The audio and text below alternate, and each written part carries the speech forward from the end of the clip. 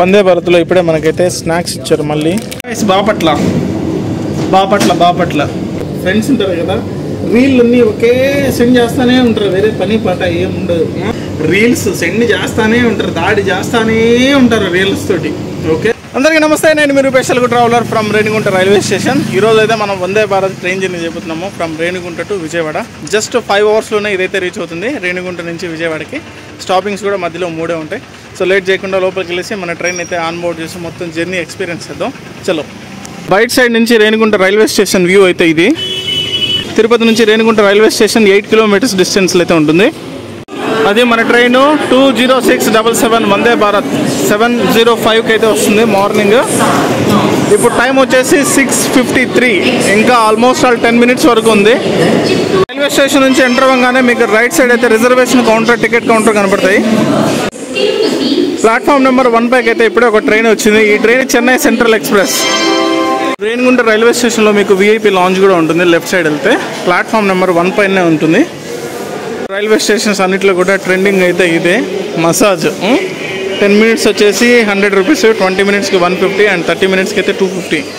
ఇక్కడ చూసారా massage chair. ఇది సచ్చింది గుర్రె. మ్యాటర్ ఏంటంటే వందే భారత్ ప్లాట్ఫామ్ నెంబర్ 1 పైకి ఎక్స్పెక్ట్ చేశారు, బట్ ఇది ఉంది కదా చెన్నై ట్రైన్. ఈ ట్రైన్ వచ్చేసి లోకల్ రివర్సల్ అవుతుంది ఇక్కడ. ఇది లేట్ అయ్యేసరికి దాన్ని ఏం చేశారు, ప్లాట్ఫామ్ నెంబర్ 5కి ఇచ్చారు, అంటే అటు సైడ్ ఇచ్చారు స్టేషన్కి. సో ఇప్పుడు మొత్తం అటు సైడ్ షిఫ్ట్ అవుతున్నారు. ఇక్కడ ఇంకొక ఫెసిలిటీ ఏంటంటే లిఫ్ట్ ఉందన్నమాట, ఈజీగా వెళ్ళిపోవచ్చు. అదే నేను ఎప్పుడు చెప్తుంటా, ప్లాట్ఫామ్ విషయంలో కొంచెం కేర్ఫుల్గా ఉండాలి. కొంచెం మిస్ అయినా దెబ్బ అయిపోతాం, ఎందుకంటే అవి 2 మినిట్స్ అట్లా అవుతాయి. డోర్స్ కూడా ఆటోమేటిక్, సో త్వరగా క్లోజ్ అయిపోతాయి, ఛాన్స్ ఉంది. జాగ్రత్తగా ఉండాలి. వచ్చేసాం ప్లాట్ఫామ్ నెంబర్ 5 పైకి. కిందకి దిగాలి కొంచెం. రైట్ సైడ్ అక్కడ ఉంది కదా, అదే ప్లాట్ఫామ్ నెంబర్ 5. ఓహో, ట్రైన్ ఫుల్ ఆక్యుపెన్సీతో నడుస్తున్నట్టుంది. మొత్తం ప్లాట్ఫామ్ అంతా జనాలే. పెట్రోల్ ఆయిల్ ట్యాంకర్ ఉంది and left side. Almost 20 minutes delay అయితే మన వందే భారత్ ట్రైన్ నడుస్తుంది. సో 7:05కి రావాల్సింది, ఇప్పుడు 7:25 అవుతుంది. Signal issue. సో ఇప్పుడే ప్లాట్ఫామ్ నెంబర్ 5 పైకి అయితే వస్తుంది.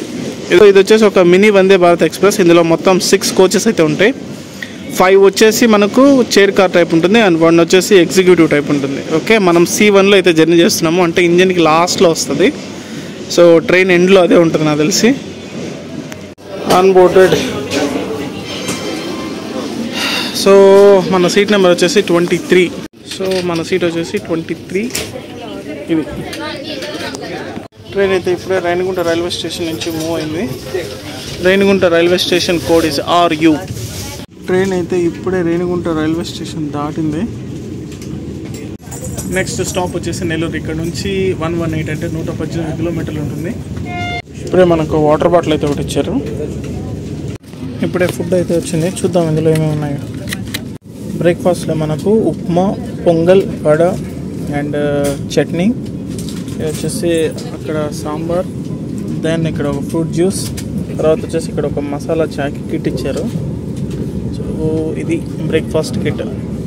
చాలా మందికి తెలియదు ఏంటంటే వందే భారత్లో ఫుడ్ అనేది ఫ్రీ అనుకుంటారు, బట్ టికెట్లో మనం ఇంక్లూడ్ చేసుకోవచ్చు, దానికి ఎక్స్ట్రా ఛార్జెస్ అవుతాయి.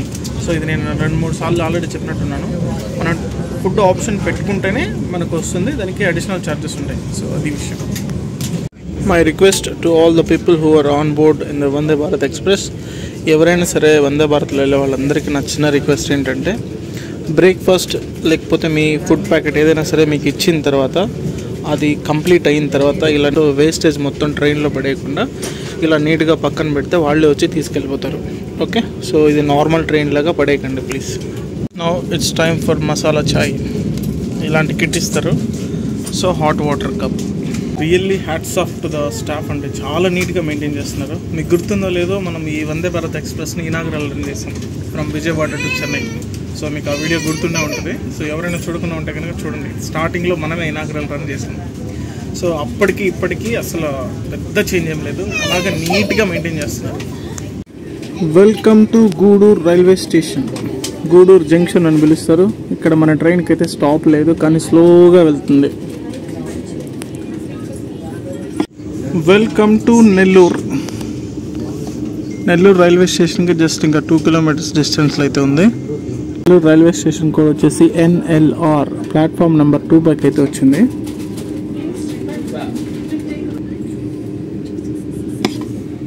ట్రైన్ స్పీడ్ యావరేజ్గా ఇన్ బిట్వీన్ 110 and 130 మధ్యలోనే మెయింటైన్ చేస్తున్నారు. మేబీ నెల్లూరు దాటిన తర్వాత కొంచెం ట్రాక్ అప్డేట్ ఉంటుంది, చూద్దాం స్పీడ్ ఏమైనా పెరుగుతుంది. ఈవెన్ టైం కింద మన ట్రైన్ వచ్చేసి ఎగ్జాక్ట్గా ½ an hour డిలే అయితే నడుస్తుంది. ఇప్పుడు 30 minutes ఇంచుమించు. ఎగ్జాక్ట్గా 2 minutes తర్వాత అయితే మన ట్రైన్ స్టార్ట్ అయిపోయింది. సో నెక్స్ట్ మన స్టాప్ వచ్చేసి ఒంగోలు. ప్లాట్ఫామ్ పైన ఇంత యాక్సలరేషన్ తీసుకుంది. అబ్బాయి నెల్లూరు. ఈ రివర్ నేమ్ చెప్పండి. చాలా వీడియోస్లో చెప్పాను నేను. ఈ రివర్ వచ్చేసి పెన్నా రివర్. అక్కడ హైవే కనిపిస్తుంది కదా, ఆ హైవే వచ్చేసి Chennai Kolkata national highway NH16. కావలి రైల్వే స్టేషన్ అయితే జెట్ స్పీడ్లో స్కిప్ చేస్తుంది. ఒంగోలుకి 20 kilometers డిస్టెన్స్ నుంచి ఇది పరిస్థితి. ట్రాక్ మెయింటెనెన్స్లో ఉందో ఏమో తెలియట్లేదు కానీ బాగా స్లోగా వెళ్తుంది. ఒంగోలుకి ఇంకా జస్ట్ 3 kilometers డిస్టెన్స్లో ఉంది. Welcome to Ongole railway station. Platform number 1 పైకి అయితే వచ్చింది మన train. Ongole railway station code వచ్చేసి OGL. గివెన్ టైం కన్నా మన ట్రైన్ వచ్చి 35 minutes డిలే అయితే నడుస్తుంది. ట్రాక్ మెయింటెనెన్స్, అండర్ ట్రాక్ మెయింటెనెన్స్లో ఉండటం వల్ల ఇది. ఎగ్జాక్ట్గా 2 minutes తర్వాత మన ట్రైన్ అయితే స్టార్ట్ అయిపోయింది. Next stop Tenali. Bye bye Ongole railway station. Vande భారత్లో నాకు బాగా నచ్చింది ఏంటంటే యాక్సిలరేషన్ చాలా బాగుంటుంది. Initial acceleration. ఇది వరకు విజయవాడ ట్రావెల్ చేసేటప్పుడు ఆ ఫ్లైఓవర్ ఉంది కదా, మామూలుగా అవుటర్ రింగ్ రోడ్ అది. సో అది లేకపోయి సిటీ లోపల నుంచి రావాల్సి వచ్చేది. ఐ మీన్ చిన్న బైపాస్లో నుంచి రావాల్సి వచ్చేది. అప్పుడు చాలా ట్రాఫిక్ ప్రాబ్లమ్స్ ఫేస్ చేయాల్సి వచ్చేది. లక్కీగా ఇది పడ్డ తర్వాత చాలా వరకు అయితే తగ్గింది. సో జస్ట్ 10 minutesలో మనం దాటేయచ్చు మొత్తం ఒంగోలుని. ఫ్లైఓవర్ మాత్రం మస్తు ఉందిరా బై. ఒంగోలు నుంచి తెనాలి ఆల్మోస్ట్ 104 kilometers పైన ఉంటుంది. సో నెక్స్ట్ స్టాప్ వచ్చేసి తెనాలి. తెనాలి వందే భారత్లో ఇప్పుడే మనకైతే స్నాక్స్ ఇచ్చారు. మళ్ళీ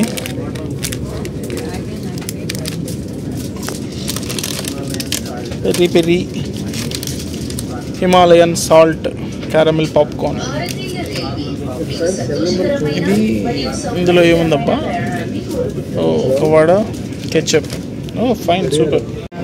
నెక్స్ట్ మనం రీచ్ కాబోతున్న ప్లేస్ వచ్చేసి బాపట్ల. బాపట్ల అంటే తెలుసు కదా, బాపట్ల దుర్గా. హాయ్, మీ వీడియోస్ చూస్తుంటా నేను. ఎవరైనా సరే బాపట్ల దుర్గా ఫ్యాన్స్ ఉంటే కనుక ఈ వీడియో కింద కామెంట్ చేయండి. Okay, Bapatla Bapatla Bapatla.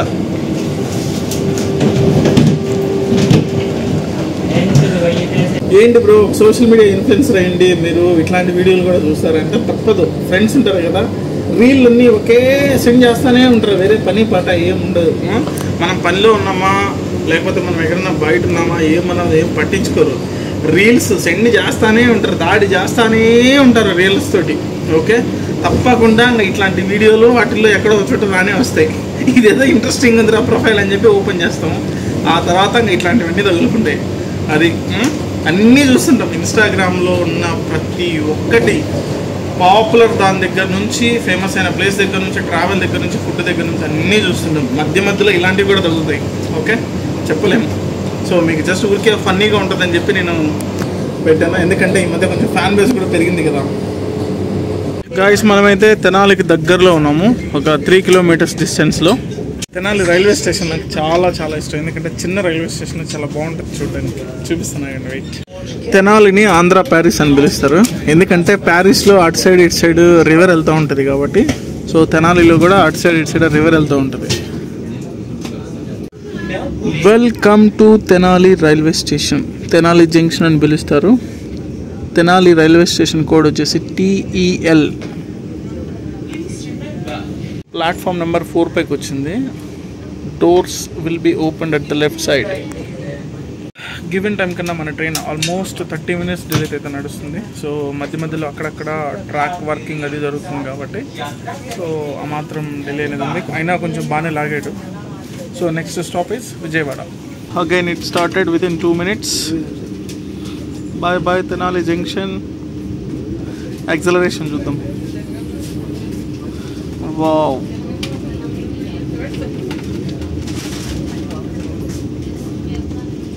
Next stop వచ్చి విజయవాడ ఇక్కడ నుంచి 31 కిలోమీటర్స్ అయితే ఉంటుంది.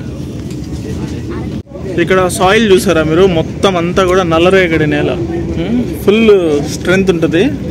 టు బిలీవ్ దిస్, ట్రైన్ ఇప్పుడు బయట నుంచి అంటే మనకి ఎలా కనిపిస్తుంది అంటే 60 స్పీడ్ అనుకుంటాం కదా, బట్ ఇట్స్ ఆల్మోస్ట్ 110. విజయవాడకి ఇంకా జస్ట్ 3 కిలోమీటర్స్ డిస్టెన్స్లో ఉంది.